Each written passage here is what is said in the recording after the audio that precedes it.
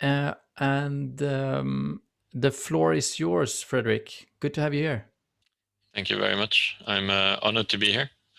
And my goal for today is to share some of our learnings and our knowledge from myself and also from Agile Search, the whole team.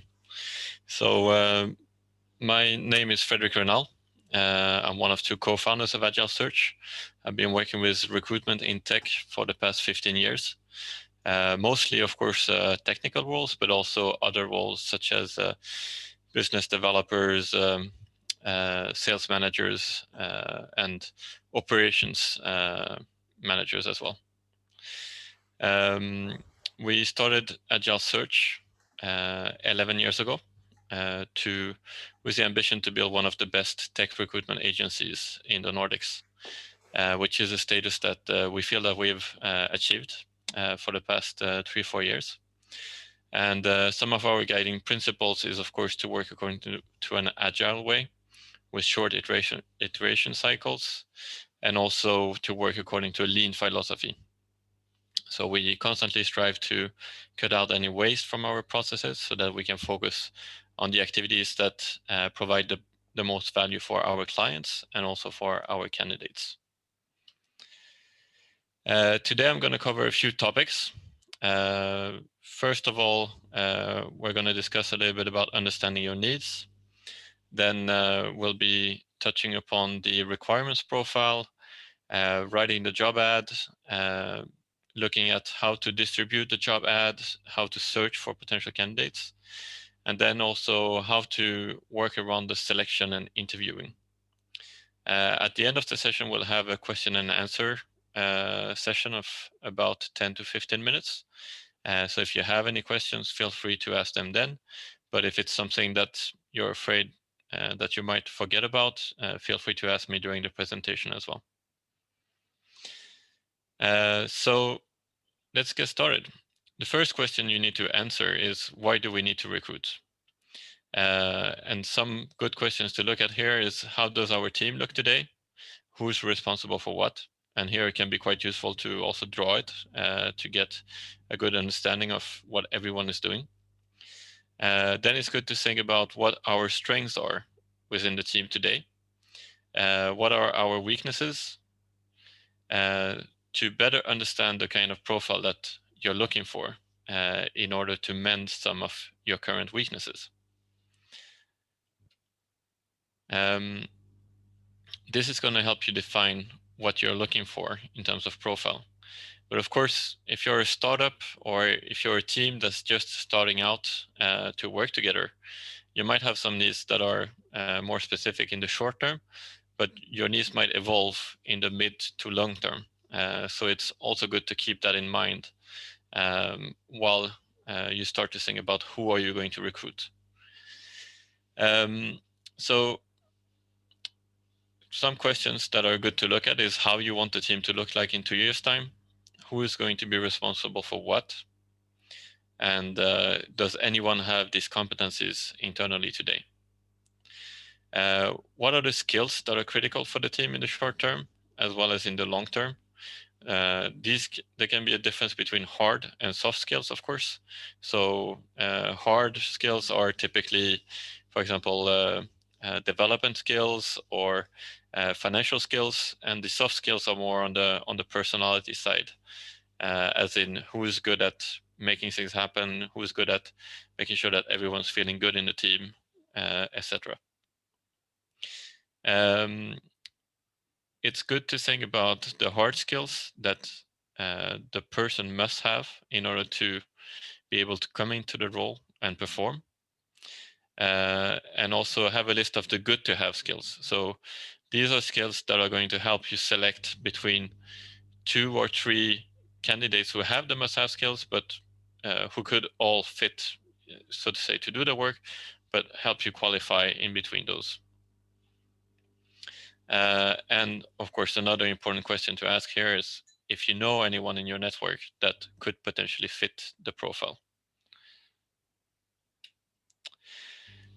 Another question to think of, and this one most companies can usually respond to quite quickly is, when do we need to have this new person starting? Every time we ask this question from our clients, that they say that they would have liked to have this person start yesterday. Of course, that's not always possible.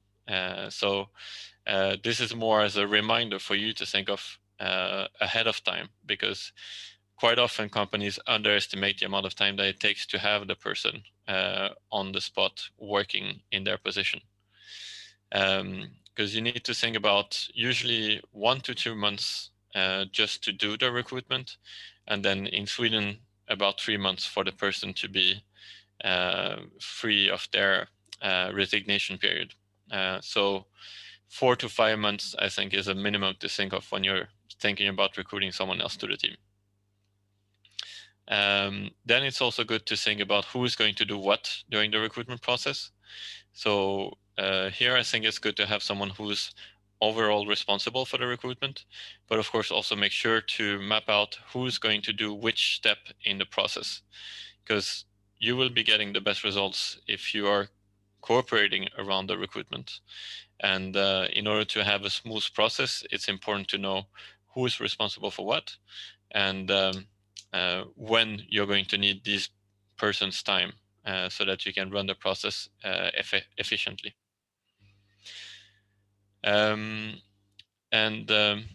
Of course, one question to think of here is, what's the backup plan if you find that you don't have enough resources to do the recruitment yourself?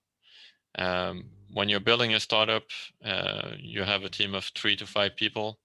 There's a lot of things that need to happen continuously. So it can be difficult to find the time to actually do a whole recruitment process on top of that.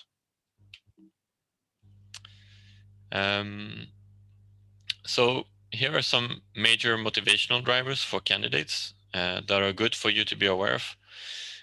The first one question that people think about when they're going to change a job is how they would like to further develop in the future. They also think a lot about what they enjoy to do the most from a professional perspective. Third one is the one where people like to find a place of work where their contribution makes a real difference, either in society as a whole, or in the company, or in the team, or to develop a specific product. People also like to find a place of work that is in line with their personality and values. So there's no need to say that people would rather work for the Red Cross than work for a gambling company. That's something that's been established for a very long time. So of course, if you have a good purpose and a good vision of what you want to do with the company that's going to enable something positive, people will be more likely to join your company. And of course, last but not least is the compensation and benefits. I think everyone who is going to join a startup understands that the compensation and benefits is not going to be the same as if you join a big company like Google or Facebook or even a telecom company. But everyone's going to need at some point to pay their bills and put food on the table. So even if you're not going to compete in terms of salary, they still need to have a decent salary to be able to join the startup. So before starting to recruit, if you haven't already thought about your employer brand, I think it's also a good time to start. This is not something where you need to put days or weeks working on, but I think it's good to involve the whole team, at least for 1 or 2 hours, to start thinking around what's our employer brand. An employer brand is what represents the image and reputation of a company from the perspective of your current and your potential employees. And of course, employer branding is the process of creating, implementing, maintaining, and evolving a company's employer brand.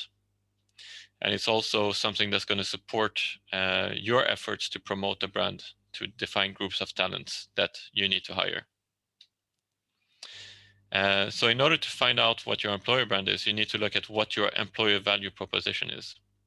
It's you could say it's a little bit like the essence of the company. So here's where you look at the current employee's experience working for the company. What is it to work for the company? What is it that they like? What is it that can be potentially improved? It's also the potential employee's experience going through the recruitment process for your company. So understanding how people feel when they're in your process, in your interview process, what kind of feeling they get from the people that they meet. Um, it's also about former employees' experience. Obviously, this is not going to be relevant to most of the startups that are looking to recruit. But of course, it also encompasses the external perception of your company by partners, media, and other rating agencies, such as, for example, Glassdoor, to mention one. I don't know if anyone's heard of Glassdoor before or have used Glassdoor potentially to research prospective companies to work for. But it's an online community where current employees and past employees can share reviews about how it is to work at different companies. Fredrik, sorry to Yes. interrupt. We got a question here from Dennis Pop regarding depends on the questions depends on what stage they are. If initial phase is one, but if you raised a lot of money, then it could be different. I'm guessing, Dennis, correct me if I'm wrong, you're referring to how much salary you can afford to pay as the employer. Did I understand the question correctly? Yeah, that was more like, yeah, indeed. When we were talking about startups, it's very different.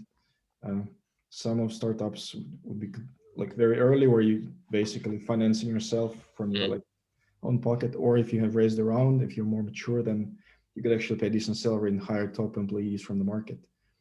Build your landscape. Yeah. It's true. It makes a lot of difference whether you're bootstrapped or if you've already raised some capital. So that's going to give you a completely different starting point in the recruitment. I'm guessing it's like if you're like pre-series A, you tend to be unable to pay, like compete with Spotify salaries, for example. Then your whole value proposition or employer offering is more connected to maybe other values or culture or other things. Like, could you comment on that, like what you've seen, Fredrik? Yeah. So of course, when you're bootstrapped or before you reach the Series A, you are going to have to compete on different factors than salary and compensation. Of course, you can always play with equity if it's a role or a person that you think is going to have a defining factor in the success of the company. That's something that can actually help you attract people from companies like Spotify who already have earned quite a lot of money, but who are interested to start something from scratch and be part of a whole journey. I think selling that entrepreneurial journey is something that you should also do in the recruitment process, because that's something that quite many people are interested of. So yeah, I think that's something that's going to be important for you to reflect about before you start the recruitment process. Is okay, what are our selling points? What can we attract people with? And how do we differentiate from different opportunities or different positions career-wise where people find themselves in? Cool. All right. So when you're thinking about your employer brand, you have to think of two different aspects. One is the candidate experience. So what kind of first impressions candidates get when they are being approached by you or when they apply for a job with your startup? What the process looks like how long the process is, and how people are being treated at different stages in the process by the people who are interviewing, how long time they have to wait between different steps, etc. And then, of course, there's the employee experience, where you have to think about what technologies you're working with, how the jobs are being designed, what kind of social aspects you have in the company. Is it so that you're spending a lot of time having fun during the work time, but also outside the work time? What kind of office facilities do you have? Although these days I'm working from my bedroom, so that's not really accurate right now. And then, of course, what kind of personal and professional development you can offer to your employees. And of course, again, compensation and benefits also comes back here. Something that's not mentioned here, but that's going to be quite important for startups, is that usually you start with a small team, and the co-founders or the founding team is going to be very tight-knit usually. It will be people that you have worked with before, or it's going to be an old friend who shares the same passion as you, who happens to have skills that are going to contribute to building the firm. So I think this is an aspect that's important to think of moving ahead in the recruitment process as well. So your employer value proposition can be defined in two parts. One is your values. And here what's good to think of is how you can embed your values into the process, and also how to assess the candidates' values to understand if they're going to be a good match with the rest of the team, if their values are aligned with the vision of the company, and if it's going to be a good give and take relationship. So we'll get back to that part later on, but it's important to embed your values into the process, either during a first interview or during a second interview, to make sure that you touch upon these things and potentially also test the applicants for their values and their guiding beliefs, so to say. And then you also want to show your personality throughout the process. So how can you make sure that the personality, like your own personality and the company's personality, is being felt throughout the process? How can you integrate that in the process? For example, if you're a team that likes to have fun, it should also reflect in the interview process. So, for example, if you have a technical test that you want to do during the process, of course, it's going to be based on evaluating the technical skills of the candidate, but you could have a funny story around it, as in to make it a little bit more jolly, so to say. Coming now to the requirements profile. Once you've identified your employee value proposition, what your values are as a team, and what kind of values you're looking for in a potential employee, it's good to set up the requirements profile, because that's going to be the basis of the job description as well.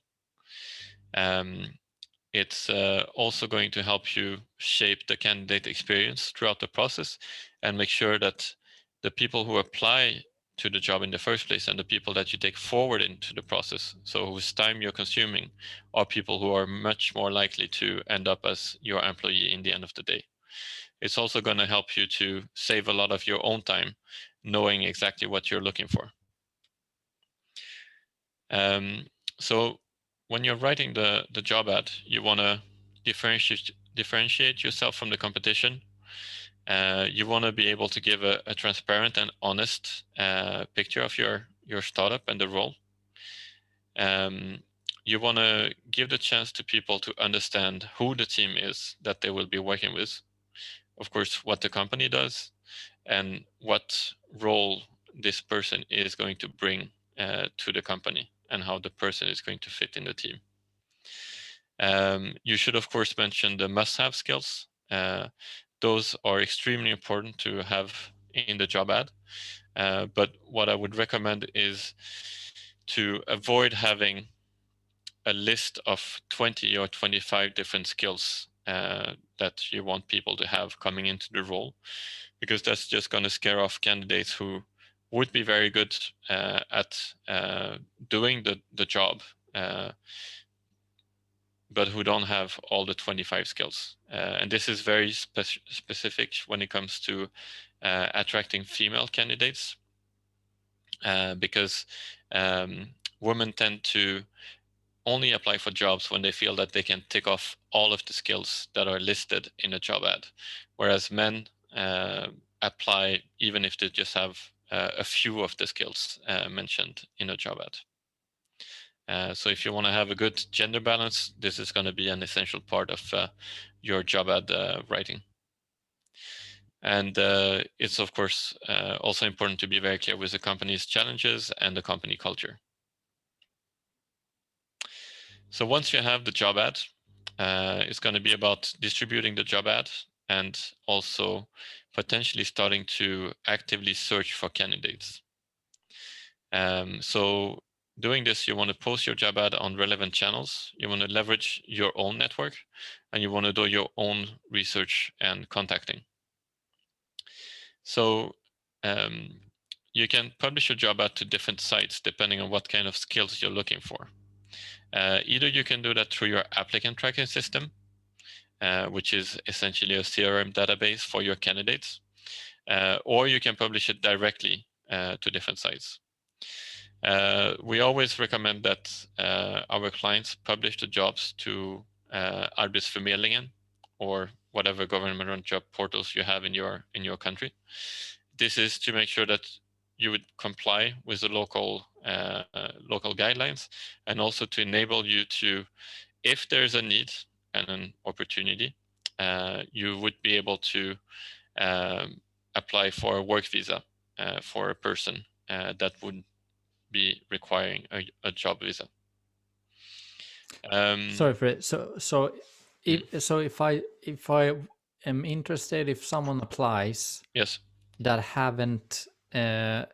doesn't have a work visa in Sweden, and I don't push the ad on Arbetsförmedlingen, what happens? Then you're not going to be able to get the work permit and residence permit for that person. One of the requirements, and there are several requirements in order to get a work and residence permit, is that the job must have been published on Arbetsförmedling for at least 10 days. And it will also then be automatically pushed to the EU job portal. Because one of the requirements from the unions and from Migrationsverket is that you must have tried to recruit the person from the internal market before you start looking outside the internal market. Got it. And internal market in this case meaning being the European Union. Yeah, got it. Okay, so this is very good. Yeah, this also applies if you want to hire someone who's a non-EU citizen, but who's already in Sweden working for another company. So even if they have a valid work permit and residence permit, if they are to come and work for your company, you need to have done this process as well. Then you can post on different job platforms, some of which are free. So for example, the Hub. I think, Sebastian, you've heard some good things about that. Yeah, we actually helped launch the Swedish version of it. Good.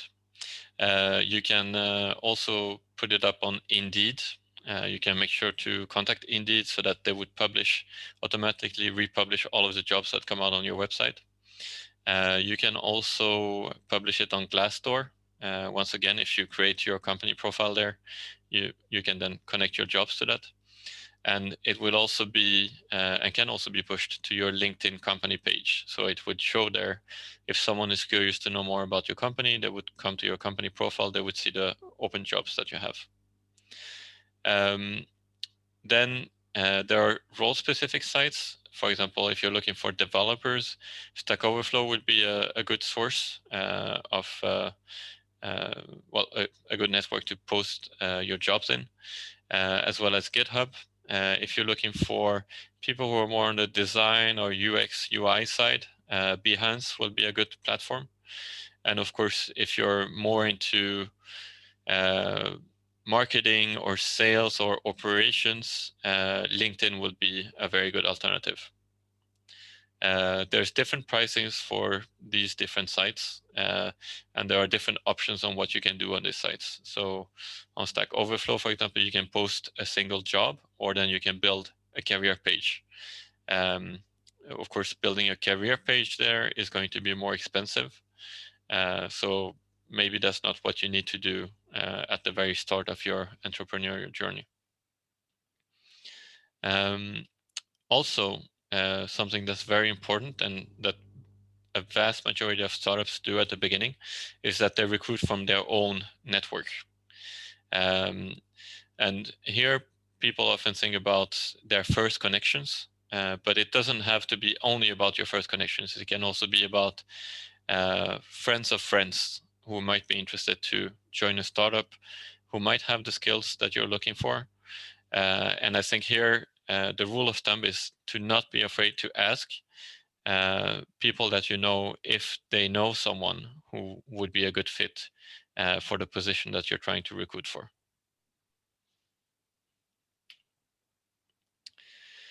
And then, of course, if you find that it's difficult to attract the right people or difficult to get candidates, relevant candidates to apply for your job, this is where it makes sense to start searching for potential candidates. So there's a variety of sites where you can search. You can search people on LinkedIn, of course. If you get a LinkedIn Recruiter Lite account, you can also reach out to people directly on LinkedIn with emails. You can find and contact people on Stack Overflow, GitHub, Behance. There are different communities on Slack. Some of them are local. Most of them that are significant are international. But most of these communities have an opportunities channel that you can join and then post your job. And you will quite often find people who have quite interesting backgrounds coming from there. And then, of course, you can also engage with people on Twitter. We personally use a tool that's called Amazing Hiring, which might be, if you're just looking to recruit 1 or 2 people, it's going to be, I think, too expensive for that purpose. But Amazing Hiring is a very good tool to use if you're looking to recruit 5 or 10 people per year, because it will index a variety of different social networks, such as GitHub, Stack Overflow, LinkedIn, to really power and gather all of that information in one platform. So you can then search candidates through the platform, and instead of searching 3 different platforms, you'll be searching only one platform. So when you're searching, of course, start with the must-have skills, the preferred location. Think about potential target companies or industries that are good to look for this type of skills. When you're searching, you might come across some candidates who have pretty empty profiles or who have limited information. Don't let that scare you off. There's more and more people who, especially amongst developers, who are taking down information from their profiles because they're getting contacted so often by different headhunters, such as myself, HR people, but also other people. So just because a profile doesn't have too much information doesn't mean that they don't have the skills that you're looking for. What's a good opening line for those who are like get a lot of attention? So I think when you reach out to someone who gets a lot of attention, or someone who looks like they have a very good profile for your job, the most important thing is to reach out to them with a personal reach out, meaning that you should be able to connect to something on their profile that is specific for that person. So, for example, if the person has worked for, say, Spotify for the past 3 years, you could approach the person saying that, hello, I see that you've been working for Spotify for a few years. I'm assuming that you have an interest in music and technology. We're right in the start of building a new service to support musicians to create their music more efficiently with the help of technology. And right now we're looking for someone with your skill set. Cool. It makes sense. Like get a little bit personal and make sure you have like a nice opening line. Two more question pops in. Dennis asks if you guys, I'm guessing you're referring to Agile Search here. Yes. If you guys are recruiting only in Sweden or do you do it globally, and what's the difference in terms of how you do it? For our clients, it's very much guided by the requirements that they give us. Of course, a lot of companies prefer to recruit locally, and some of them can only recruit locally for different reasons. So then we're searching only in the local market, even sometimes as small as just Stockholm. Yep. That's, of course, becoming increasingly difficult and has been more and more difficult for the past 5-6 years. And then in the case where our clients are okay to recruit from anywhere in the world, we gladly do that because the talent pool is much bigger, and there's also a lot of markets where you can find very high talent and very qualified talent, but where people for one reason or another are very interested to relocate to a different geographical location, either for political purposes or for quality of life purposes or some other reason. Sorry, I forgot to unmute there. My keyboard probably was sounding a lot in the background. I got... Interrupt for a second, sorry. We have 15 minutes left for the presentation, Fredrik, before we jump to the Q&A. Just want to let you know. All right. Sounds Thanks, good. Kat. Good to know. And the other question was like, what's in terms of the pandemic now, like how had that affected your business? So last spring, it affected our business quite tremendously. We went from having record numbers to losing 70% of our revenue in just a couple of months. So that was quite a ride. But we also knew that there was a huge demand on the market before going into the pandemic. We also knew that once the initial shock is over, the demand would come back, and this is really what we've seen as well. Whereas a lot of companies weren't used to recruiting people remotely before, but they've had to adapt their processes. Companies weren't, first of all, also comfortable to onboard people remotely, but they also got used to that.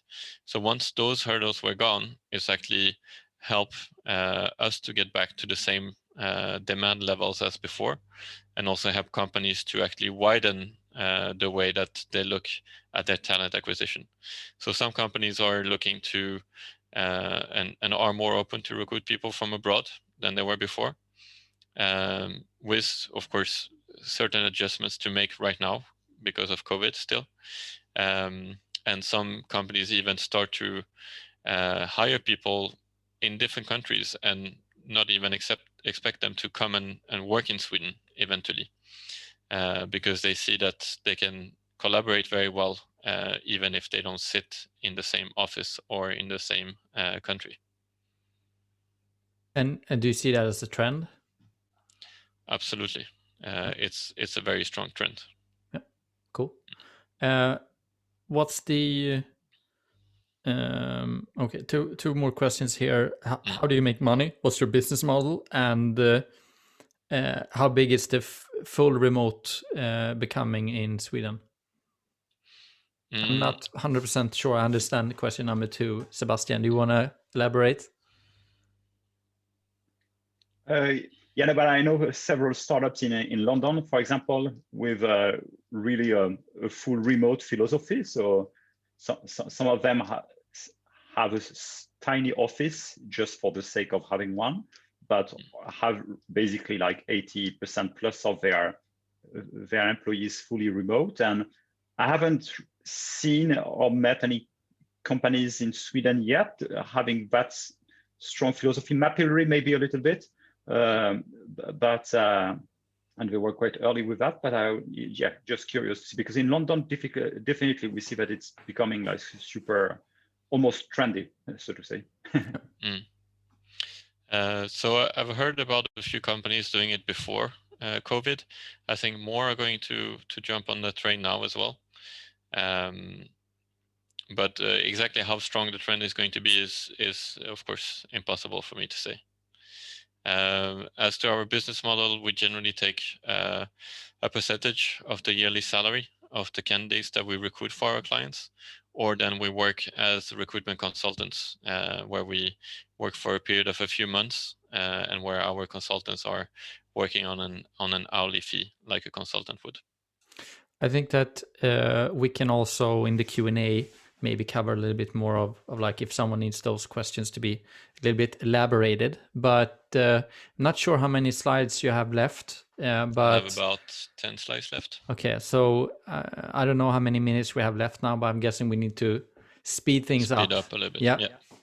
So then comes to contacting candidates, and here you can contact them. You can use, there are different Chrome extensions that you can research. You can just Google, find them, and they're going to help you to find candidate emails, or then you can contact people through LinkedIn.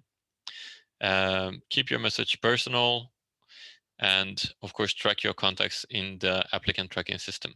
If you don't have an applicant tracking system, make sure to work through LinkedIn or through a platform that lets you keep track of the candidates that you have been in contact with. Once the candidates have shown an interest in the position, I would strongly recommend to have a short briefing or a brief screening call, so that you can get a first sense for the person, see if it's worth to invest a full hour or hour and a half of your time to proceed with the candidate. Maybe ask a couple of control questions to make sure that you can sort out people at an early stage. It's going to save you quite a lot of time. Give honest feedback to candidates as soon as possible during the process, whether they are a fit or not, so that they are not kept hanging, because that can have an opportunity to lash back at your employer brand. And also try to keep the time lapse in between different contacts and different steps as short as possible. So we recommend keeping a 2-day response time through different steps of the process to make sure that people don't get frustrated with the response rate. And if candidates are not interested and they reply to you, you can also ask them to get back to you with any recommendations. So then comes the selection and interviewing part, and this is where we strongly recommend using a structured interview process, meaning that you have this defined beforehand what is going to be covered in different interviews to make sure that you've covered all of the questions that you need to cover during the process. And I'll show you an example of how we do this at Agile Search as well. And lastly, I'll also share a few tips on different tools that you could use in your process. So structured interview is a standardized way of interviewing job candidates based on the needs of the jobs they're applying for. This is to make sure that candidates are getting the questions in the same order and are evaluated on fair grounds. This will also help you to avoid having candidates being asked the same question from different interviewers at different interview times. The benefit is that you won't be wasting yours or the candidate's time. You'll get the information you need to make the decision. You'll be able to share the information with your colleagues, and this is very important, of course, to share the information before and in between interview steps. The candidates get a very professional impression of you and respect your company a lot more when it comes to making a decision to join or not.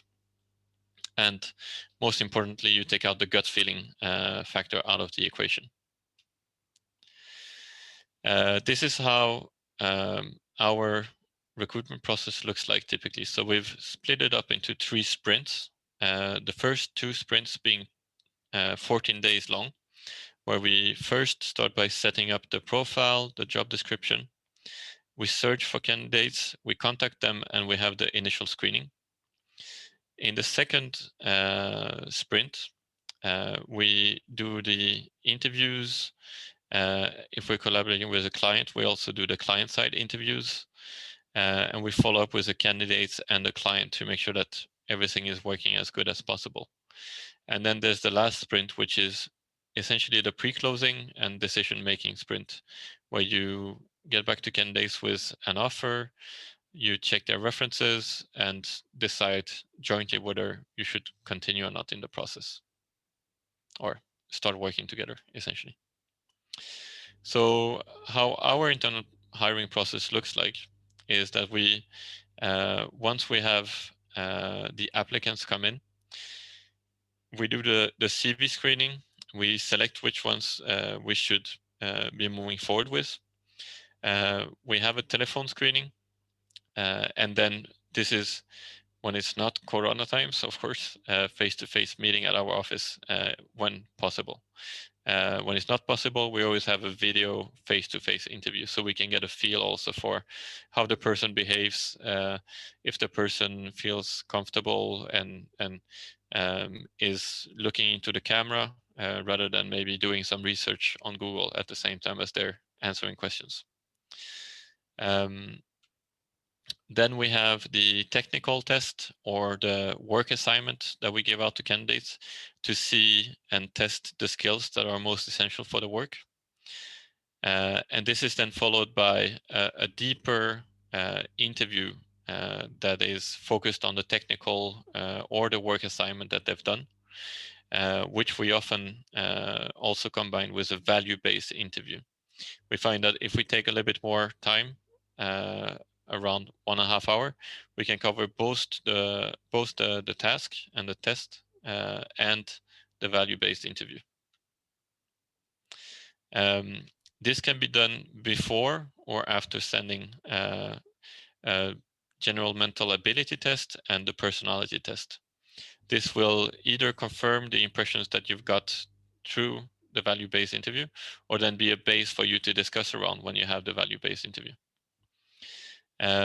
When these steps are done, this is typically where we start taking references on the candidate before making the presentation.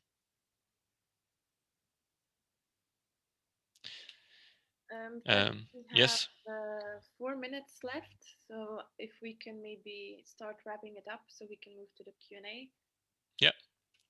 So some of the tools that I like to mention here today, I'm not going to say that they're the best ones because there's so many tools coming up all the time, but some that are good examples is of course Teamtailor and Jobelon. Are quite easy to get started. They're both Swedish companies, so it's also easy to get support from them. Teamtailor is a great applicant tracking system if you want to build a career page and jobs that go along with that. Jobelon is good if you just want to create jobs that are really good looking that you can easily publish on your website. Lever is an applicant tracking system that's great if you need to do recruitment on a large scale, or if you think that you will have to do that on a large scale in the next 1 or 2 years. Greenhouse, also an American solution like Lever, has everything that you can think of that you would need from a recruitment perspective, and also some parts of the HR systems that you might need.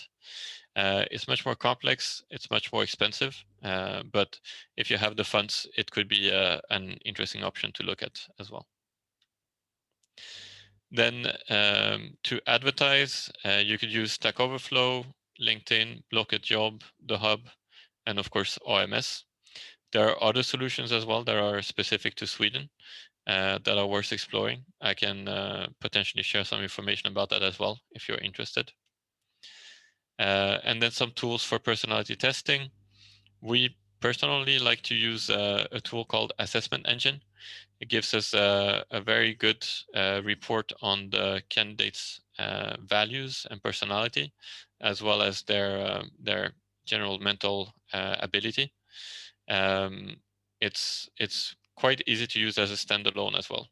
And then you have Alva Labs, which is a Swedish company who is also kind of a startup, although they've grown out of the initial stage, They're very good for team evaluation and individual assessments, and showing you how a candidate would fit into a team.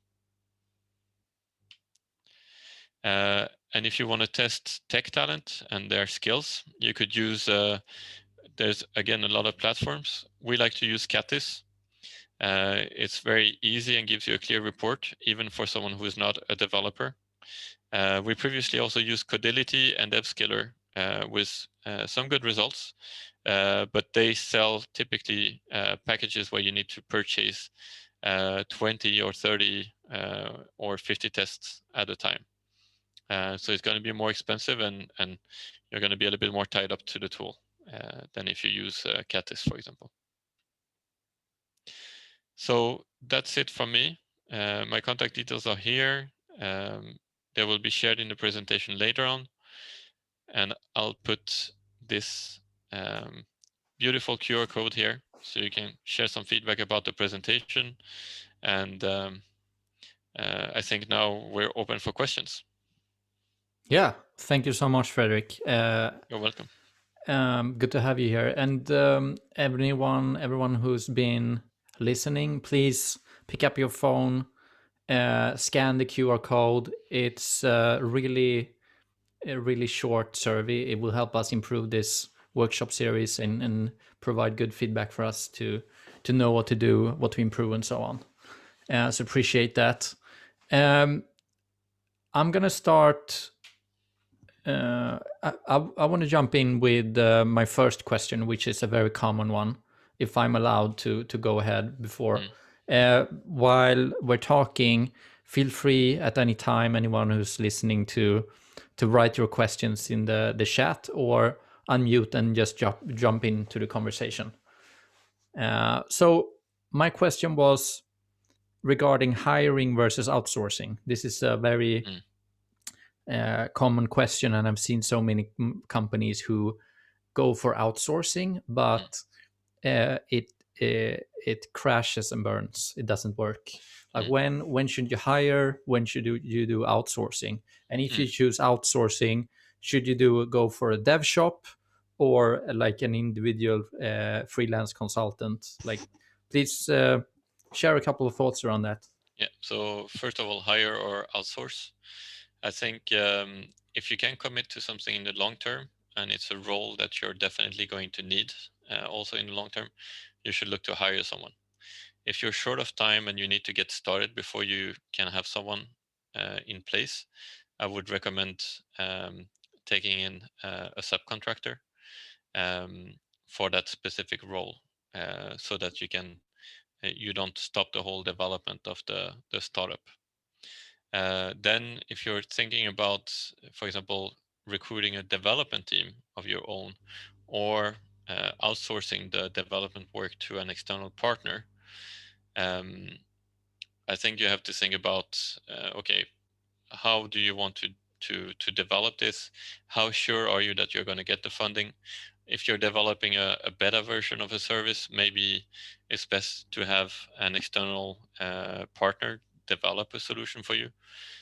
So you can test and make some assumptions or test some assumptions that you have about the service before recruiting a whole development team of your own.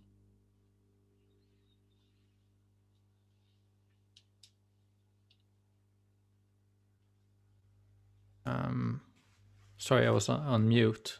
Have you seen, in terms of remote hiring, like there's a lot of, and I think that the trend is the one that Sebastian also mentioned, that more and more are getting more comfortable to hire remote.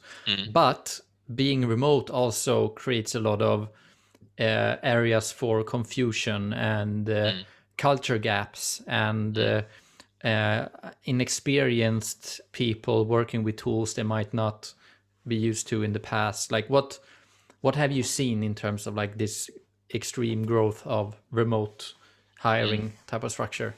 What's the most common landmines, so to speak? So I think, of course, something that can be tricky with remote hiring is, for example, people being in completely different time zones. because then it can be difficult to find time to have meetings or to work together. If you're recruiting a developer in another country, I think it's very useful to do some pair programming or even mob programming with the developers to make sure that they have the same reasoning, the same way of building up the code. I think even if you're working with remote employees, you could have a team that's dispersed across Europe or even across different continents. But I think then it's very important to gather the team on specific weeks or specific days when people can meet and really get to know each other more than just being a face behind the screen. Because you, even if you can build like a good connection digitally and you can work together well digitally, it's not the same thing as being together and sharing a similar experience. So that's actually something that I know companies who have been working with remote teams before have been doing. They've been gathering every second month or sometimes even every month to really get to know each other better. Cool. Appreciate it. That was my questions. Anyone from the audience that want to jump in with some clarification questions or thoughts? Or any comments, by the way, if you think I'm making some bullshit points here, feel free to comment on that as well. Anton, is there something else that should be covered here from your point of view? I think we've been in a very rapid pace going through the whole process.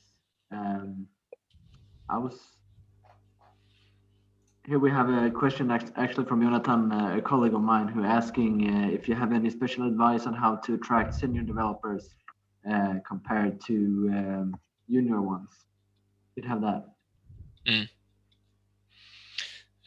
So I think attracting senior developers is, of course, something that's very difficult these days. Something that senior developers tend to really like is to have the ability of working on a greenfield project, meaning that they'll be able to work on developing a product or a service from scratch. Then also having the freedom and the flexibility to define a little bit more which tools they should work with or they can work with, choose a little bit of, and be a part of choosing who they work with in the startup, and also what kind of culture the startup will have moving forward. Because even if you have the beginning of a culture in your startup, it's going to evolve with the people that you bring on board. So of course, coming in at an early stage is a good way for these people to be able to play an important part in shaping the company moving forward. And I think that's a good selling point for senior developers. Thank you, Fredrik. You're welcome. Another one from Sebastian here regarding Oyster. Have you worked with companies like Oyster to facilitate employee contracts for employees outside Sweden? I haven't. Sebastian, could you mention what you meant? Yeah, no, it's more if you want to go full remote or having some employees outside Sweden or outside your home country in general, if you want them to be true employees, basically, normally you have to set up legal entities locally. To avoid that, there are a few startups, and Oyster is the one I know. It's a London-based one. That's some French startups in London are using, where we basically have set up the whole legal setup in many countries, enabling them. I haven't dived into the detail, but enabling them basically to have employees without having to set up your own legal structure, which is sounds quite neat. And absolutely. I was just wondering whether you had some experience from those guys. So. I don't, but I'm definitely gonna check them out because that sounds like a great solution.